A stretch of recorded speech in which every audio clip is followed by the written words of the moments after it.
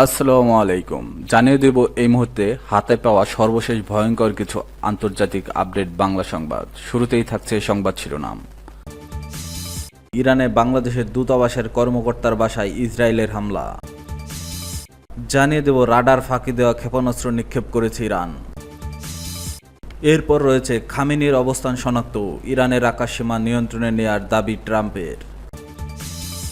এখন শুনছিলেন সংবাদ শিরোনাম, এবার বিস্তারিত। প্রিয় দর্শক, আপনি যদি এই চ্যানেলে নতুন হয়ে থাকেন, ভিডিওটি দেখতে দেখতে চ্যানেলটি সাবস্ক্রাইব করে আমাদের সাথেই থাকুন। ইরানে বাংলাদেশের দূতাবাসের কর্মকর্তার বাসায় ইসরায়েলের হামলা। ইরানের রাজধানী তেহরানে সোমবার ইসরায়েলের চালানো ক্ষেপণাস্ত্র হামলায় বাংলাদেশের দূতাবাসে কর্মরত এক কর্মকর্তার বাসভবন আঘাতপ্রাপ্ত হয়েছে। এতে বাড়িটি মারাত্মকভাবে ক্ষতিগ্রস্ত হয়। সৌভাগ্যক্রমে হামলার সময় বাংলাদেশি ওই কর্মকর্তা বাসায় না থাকায় প্রাণে বেঁচে যান। ওয়ালিদ ইসলাম নামের ওই কর্মকর্তা ইরানে বাংলাদেশি দূতাবাসে ফার্স্ট সেক্রেটারি হিসেবে কর্মরত। বিবিসি বাংলাকে তিনি বলেন, আমরা বাসা পুরোপুরি গুঁড়িয়ে দিয়েছে। বাংলাদেশ দূতাবাসের কর্মকর্তা কর্মচারীরা মূলত তেহরানের জর্ডান এলাকার বসবাস করেন, যা শহরের তৃতীয় জেলার মধ্যে পড়ে। ওই এলাকাতে ইরানের রাষ্ট্রীয় টেলিভিশন ভবন সহ আরও কয়েকটি গুরুত্বপূর্ণ স্থাপনা অবস্থিত, যেগুলোকে লক্ষ্য করে সোমবার ইসরায়েল ঘোষণা দিয়ে হামলা চালায়।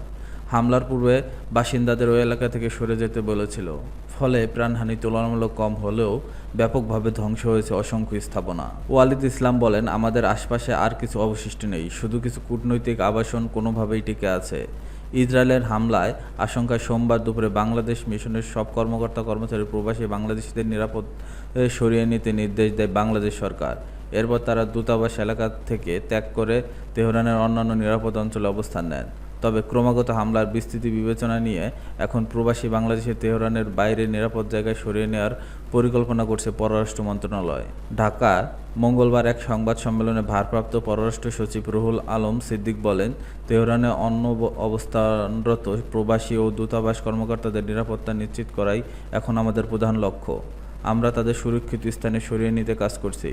তিনি জানান, বর্তমান তেহরানে অবস্থানরত প্রায় 400 বাংলাদেশি সবাই নিরাপদে আছেন, তবে পরিস্থিতি উন্নতি না হওয়া পর্যন্ত তাদের উপর নজর রাখা হয়েছে। রাডার ফাঁকি দেওয়া ক্ষেপণাস্ত্র নিক্ষেপ করছে ইরান। ইসরায়েলের এক গোয়েন্দা স্থাপনায় রাডার ফাঁকি দেওয়া ক্ষেপণাস্ত্র নিক্ষেপ করেছে ইরান। এই ক্ষেপণাস্ত্র একাধিক স্তরের বিমান প্রতিরক্ষা ব্যবস্থা ধ্বংস করতে পারে সক্ষম হয়েছে বলে দাবি করছে ইসরায়েলের প্রতিরক্ষা মন্ত্রণালয়। ইরানের রাষ্ট্রীয় সংবাদ সংস্থা ইরানের বরাতে মন্ত্রণালয়ের মুখপাত্র ব্রিগেডিয়ার জেনারেল রেজা তালাইনিক বলেছে, আজকের হামলায় আমরা এমন ক্ষেপণাস্ত্র ব্যবহার করছি যা শনাক্ত করা বা বাধা দেওয়া যায়নি। তিনি হুঁশিয়ারি করে বলেছেন, এই অপারেশনের ইসরায়েলিদের জন্য আকস্মিক একটি ঘটনা, তারা এমন ঘটনা আর কখনো দেখেনি। তালাইনিক আরও বলেন, ইসরায়েলের দীর্ঘমেয়াদী সংঘাতের জন্য প্রস্তুত না, কিন্তু ইরানের সামরিক বাহিনী অন্তত অনেক উন্নত, যারা কিছুই এখনও মোতায়েন করা হয়নি। এদিকে ইরানের সেনাবাহিনী গত 24 ঘন্টায় 28টি শত্রু বিমান শনাক্ত ও প্রতিহত করার দাবি করেছে।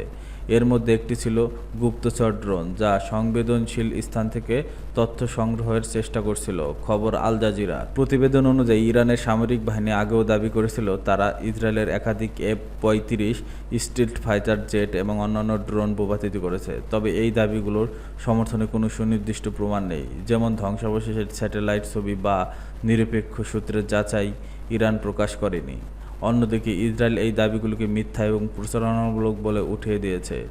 ইসরায়েল প্রতিরক্ষা বাহিনী জানিয়েছে, ইরানে তাদের চলমান অভিযানে কোনো বিমান বা ক্রু ক্ষতিগ্রস্ত হয়নি। আইডিএফের মুখপাত্র ব্রিগেডিয়ার জেনারেল এফি ডেফরিন জানান, ইসরায়েলে তেহরানের আকাশে সম্পূর্ণ বিমান শ্রেষ্ঠত্ব অর্জন করেছে। খামেনির অবস্থান শনাক্ত ও ইরানের আকাশসীমা নিয়ন্ত্রণে নেওয়ার দাবি ট্রাম্পের। ইরানের আকাশসীমার পূর্ণ নিয়ন্ত্রণ ও দেশটির সর্বোচ্চ ধর্মীয় নেতা আয়াতুল্লাহ খামেনির অবস্থান শনাক্ত করার দাবি করেছে মার্কিন প্রেসিডেন্ট ডোনাল্ড ট্রাম্প। মঙ্গলবার আল জাজিরার এক প্রতিবেদনে তথ্য জানানো হয়েছে। সামাজিক যোগাযোগ মাধ্যম ট্রুথ সোশ্যালের এক পোস্টে তিনি একথা বলেন। প্রতিবেদনে বলা হয়েছে, ইরান সম্পর্কিত বেশ কয়েকটি বিবৃতি দিয়েছে ট্রাম্প। এতে তিনি কোথায় খামেনি লুকিয়ে রয়েছে তা শনাক্ত করার দাবি করেছেন। ট্রাম্প লিখেছেন, তিনি একটি সহজ লক্ষ্যবস্তু, কিন্তু সেখানে নিরাপদে আছেন। আমরা তাকে হত্যা করছি না, অন্তত এখন নয়। পোস্টে তিনি আরও উল্লেখ করেন, আমরা চাই না ক্ষেপণাস্ত্র দিয়ে বেসামরিক নাগরিক বা আমেরিকান সৈন্যদের উপর হামলা হোক। এরপর তিনি হুঁশিয়ারি দিয়ে বলেন, আমাদের ধৈর্য কমে আসছে। অন্য একটি পোস্টে ট্রাম্প বড় হাতের অক্ষরে লিখেছেন শর্তহীন আত্মসমর্পণ।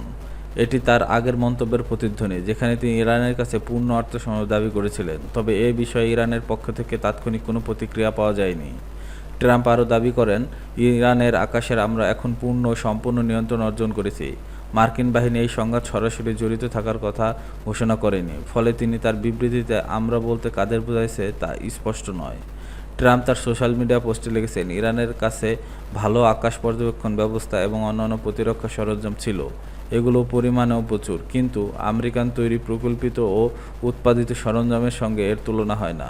আমেরিকার চেয়ে ভালো কেউ এটা করতে পারে না।